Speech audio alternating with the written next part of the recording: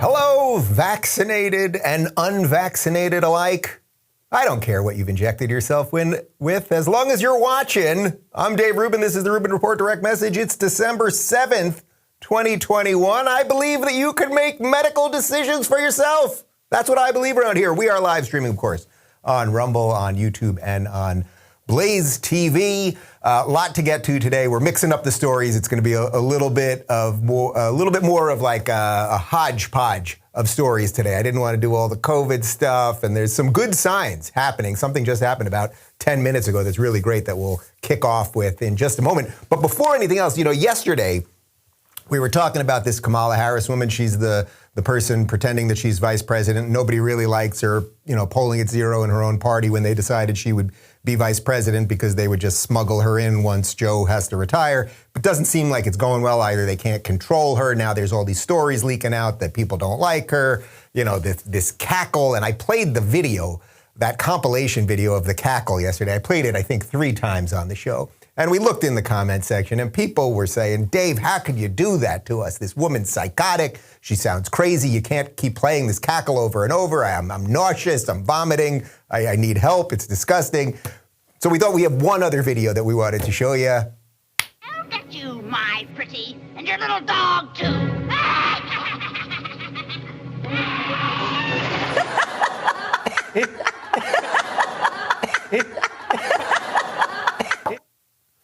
I mean, that's some fine work we're doing over here. You know what I mean? Connor, that's all Connor right there. Okay, he wakes up, he says, what can I do? How can I put a little more goodness into the world? There's a little Kamala for you. On the good news front, though, seriously, like now, no joking aside, some great news just broke literally within the last 10 minutes or so. That this is a quote from the Disclosed TV Twitter feed. A U.S. federal judge sides with Attorney General Wilson and blocks Biden's vaccine requirement for federal contractors. This is absolutely fantastic. Before I get to a little bit more on that real quick, as you know, another judge had blocked the private company.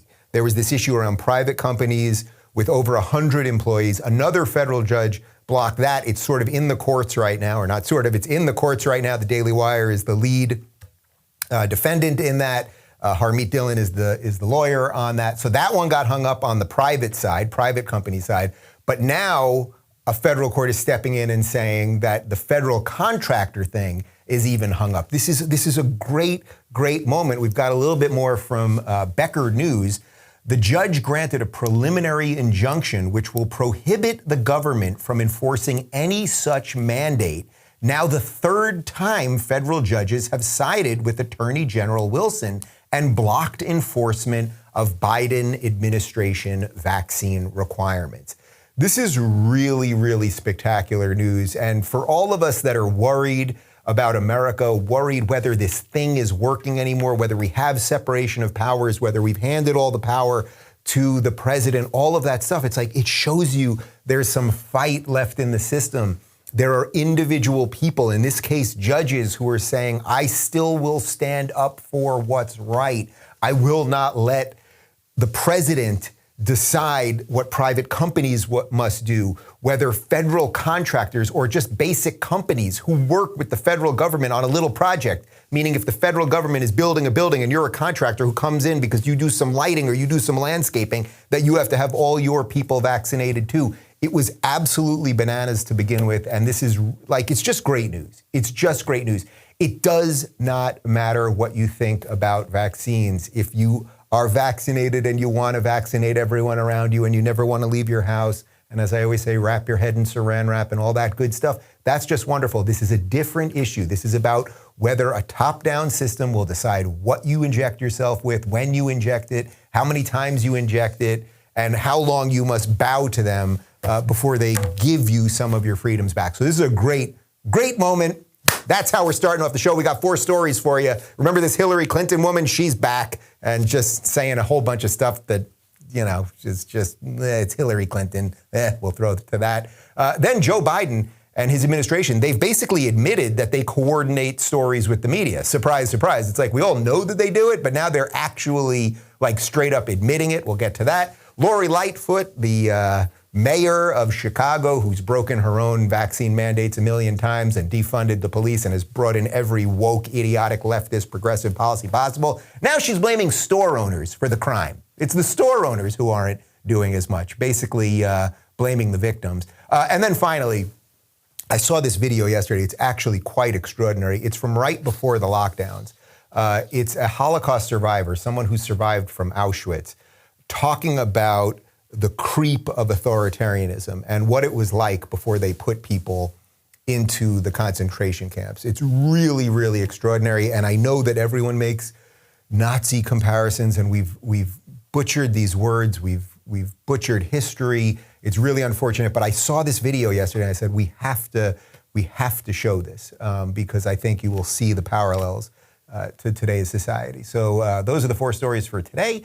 Before I get to any of that, I want to talk to you guys about Genucel. You know, take a quick look in the mirror. You see those bags under your eyes? Not under mine, though. Imagine them gone. You can get rid of that puffiness just in time for the holiday season. Introducing Genucel plant stem cell therapy for bags and puffiness under the eyes. You know, when I look back on that first PragerU video I did, I was stressed, I wasn't sleeping much, and I see big bags under my eyes, but no more, people. My assistant told me she's enjoying the Genucel products. We received so much that she's sharing them with family and friends. She really does love them. Shout out to Helen. Better yet, with Genucel's immediate effects, you'll see results in the first 12 hours guaranteed or your money back. From now until Christmas, Genucel's most popular package is 60% off at lovegenucel.com/Dave. That's 60%. Treat yourself and a loved one to the absolute best skincare in the world. Just go to lovegenucel.com/Dave and enter my special promo code Dave for an extra special holiday present. That's lovegenucel.com/Dave, lovegenucel.com/Dave. And now back to me. All right, Hillary Clinton, she's back. Just when you thought that politics wasn't crazy enough, we haven't heard from Hillary in a while. Well, she gave a speech the other day explaining what feminism means to her, and I'm fairly certain she needs a time machine. Take a look. When people ask me, well, what does feminism mean, or what does it mean to be a feminist? I say it means that you are in favor for the full and equal participation of women in political, civil, economic, and cultural life. And that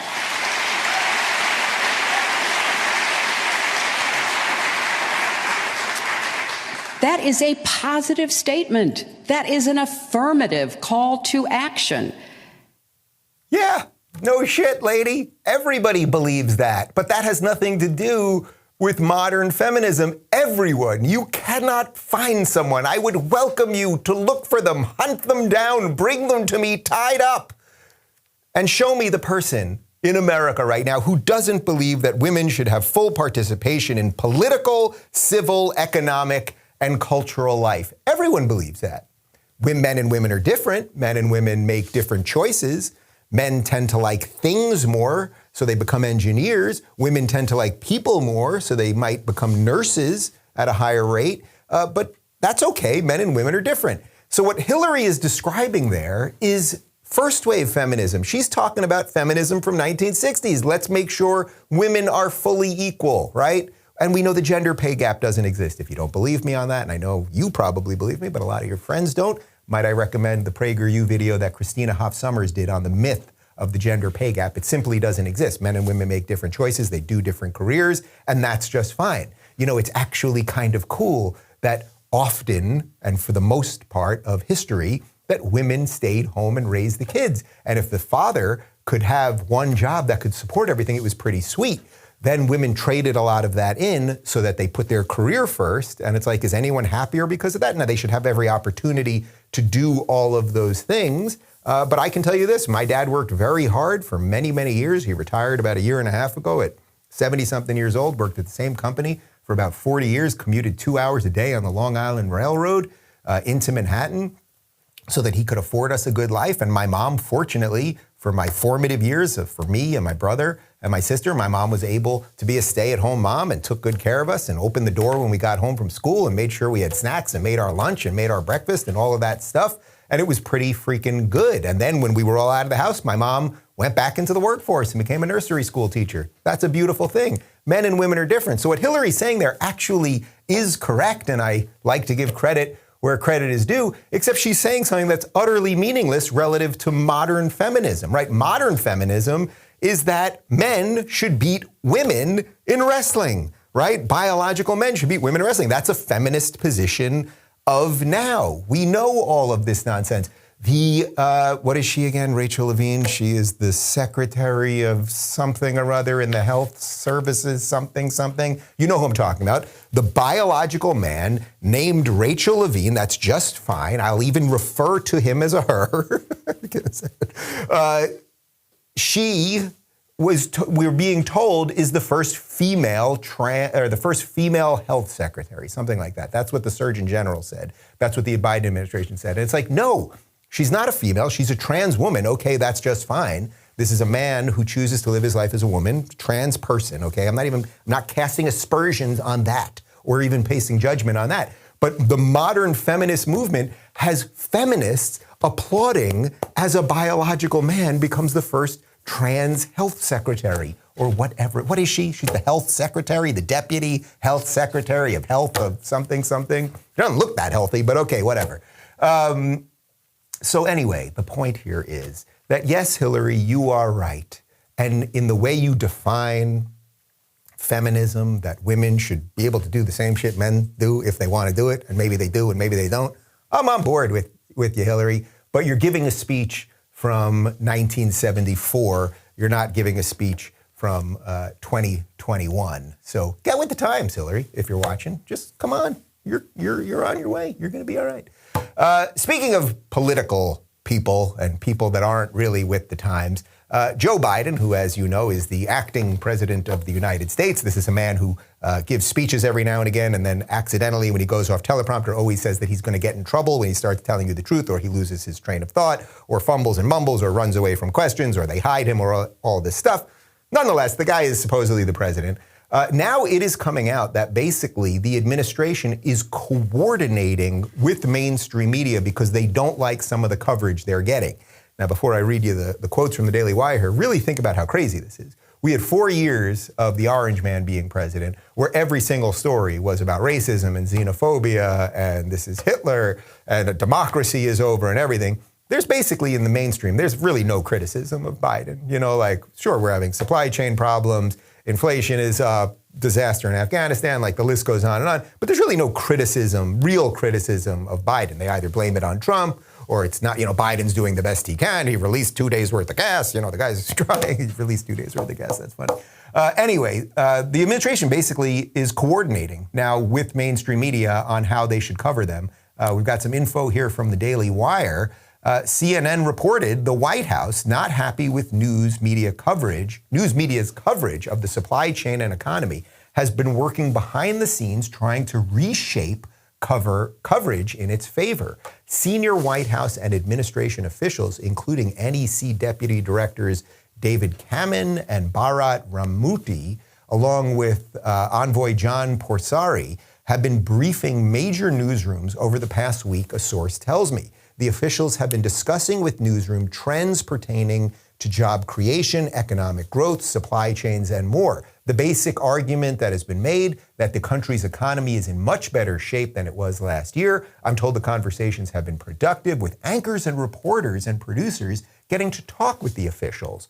Biden's approval rating is so low that he has had a lower approval rating than every governor in the U.S., and his approval rating has dipped to as low as 18% in one state. So first off, on the Biden approval rating thing, this is the man. He got 81 million votes, and don't you doubt it. His approval rating is just absolutely in the tank. Okay, that doesn't matter. This idea, though, that administration officials go to newsrooms, talk to news anchors, talk to reporters and journalists, and help them craft coverage. Does that sound like journalism to you? Does that sound like, Michael, can you get me the definition of the word journalism? We're going to get the definition, the very definition of the word. Does that sound like journalism, or does that sound like scripting? Does that sound like getting an approved narrative across, right? If you're going into a room and you're trying to get people to say the things that you want them to say. So that's what they're doing. They're administration officials. Oh, well, no, the economy's better than you think it is, and we're going to show you these things. That sounds like what Hollywood would do, not what journalism would do. I've got the very definition of the word journalism. Journalism is the production and distribution of reports on current events based on facts and supported with proof or evidence. Well, that sounds like journalism as we knew it, not journalism as we know it. Anyway, I suppose this doesn't surprise any of you, because obviously it didn't surprise me, but it was worth mentioning because it's like the administration's admitting it. Like, we know all the stuff they do behind the scenes, right? They leak things to the New York Times. They leak things to the Washington Post. They cover up things when it doesn't fit the narrative. But they're literally right in front of our faces saying, guys, in essence, what they're saying is, guys, we hand them the script. We talk to the news anchors. Wonder if they talked to Chris Cuomo. Wonder if they talked to Don Lemon. Wonder if they talked to some of these people. You know, it's like, and then you watch this stuff and you think you're getting fact-based or proof or evidence-based reporting from honest people. And what you're actually getting is Pravda. You're actually just getting talking points from the administration. You don't need talking points from an administration to go down the street like I can over here and basically still see all of these boarded up stores, or virtually every single store, almost without exception, saying $15 an hour, we're hiring. People can't get people to work because people are now on the government dole. These companies, these businesses, these diners, these restaurants, I assure you they're not thriving. And the idea, I'll try to give the devil his due.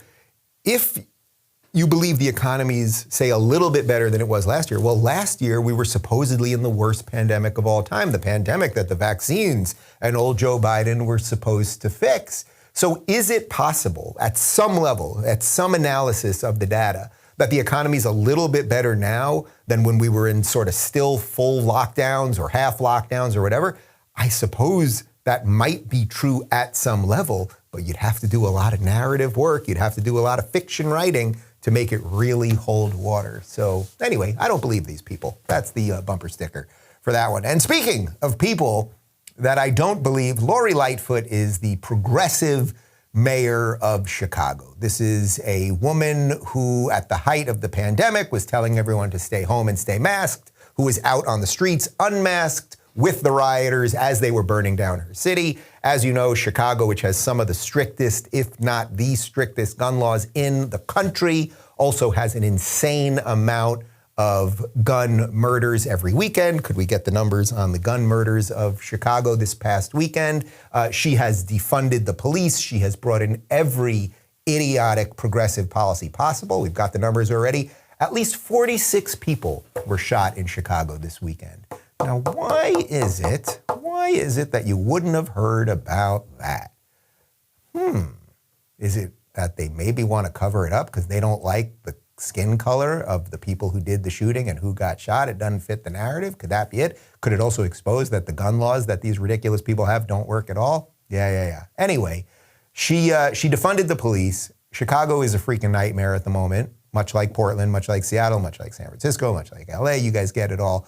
But now she has the gall, the absolute gall, to blame the business owners. And this is very much like a video we showed you about 2 weeks ago. Remember, we had a video out of Minnesota where Ilhan Omar, who also defunded the police in Minnesota, where she was blaming the police officers now for not doing their job. So she defunds the police, crime increases, murder increases, general mayhem and chaos ensues, and then she blames the people that she defunded in the first place.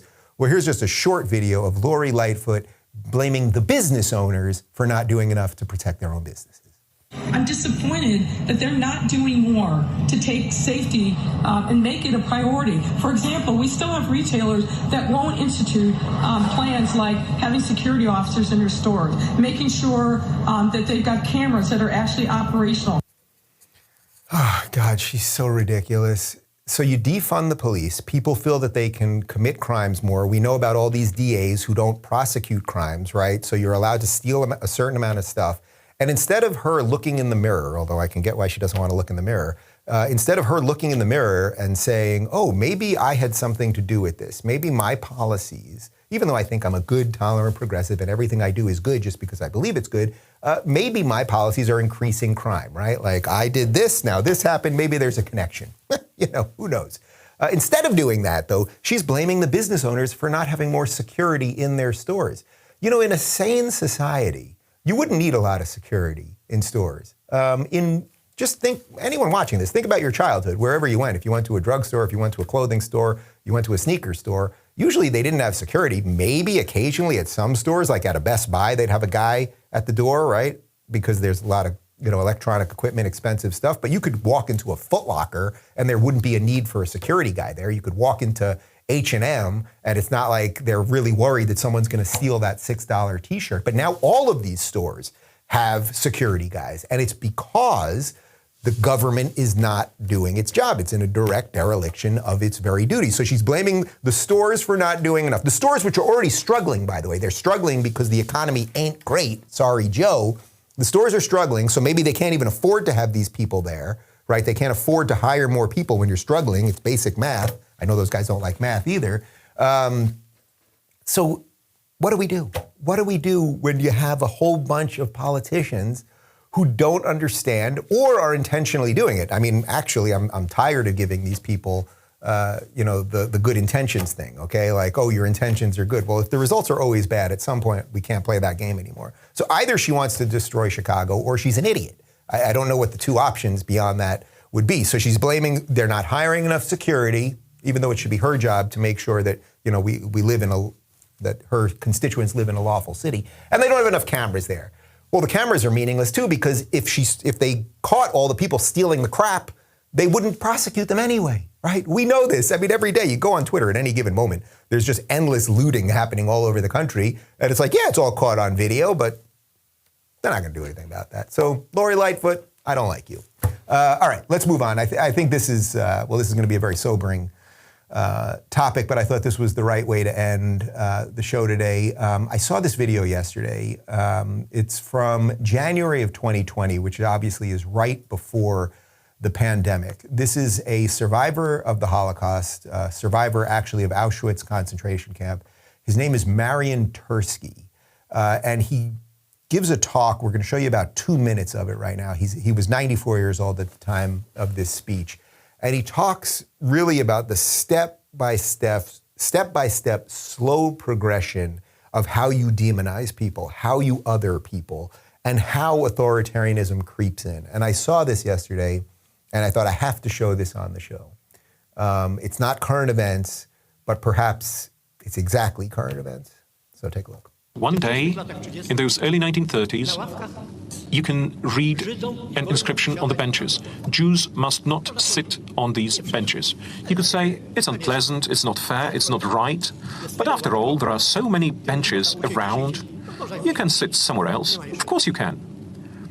There was a swimming pool, and over its door, an inscription read, Jews are forbidden to enter. You could say, well, pleasant this is not, but there are so many places in Berlin where you can take a bath or swim, so many lakes, canals, it's nearly like Venice. At the same time, you can read somewhere else, Jews must not belong to German singing associations. So what? All right, they want to sing, they want to make music. Let them just meet somewhere else, they will do their singing. All right. What comes up later is an order, really. More of an order than of an inscription. Non-Aryan children must not play with Aryan children, with the German children. All right, they'll play on their own. And then you read, we only sell bread and food to Jews after 5 p.m. Right, less choice. This makes your life harder. But after all, after 5 p.m. you can still do your shopping. And that's how it is done, step by step, slowly. And they become acquainted with that thought, familiar with the idea that they are different people, that they are alien people, that they are the people that carry germs, that cause pandemics. And this now is a horror. What came later was something that developed immediately. Jews could not get jobs, they could not emigrate, And then, quickly, Jews would be sent to ghettos, to Kaunas, to Riga, to my ghetto. Auschwitz did not fall suddenly from the skies. It was pittering-pattering in all those tiny steps. It was approaching until what happened here behind me did happen. There's actually nothing that I can add to that, so I will only ask a question before I end the show today, which is, what are you going to do? What are you going to do? All right, see you guys tomorrow.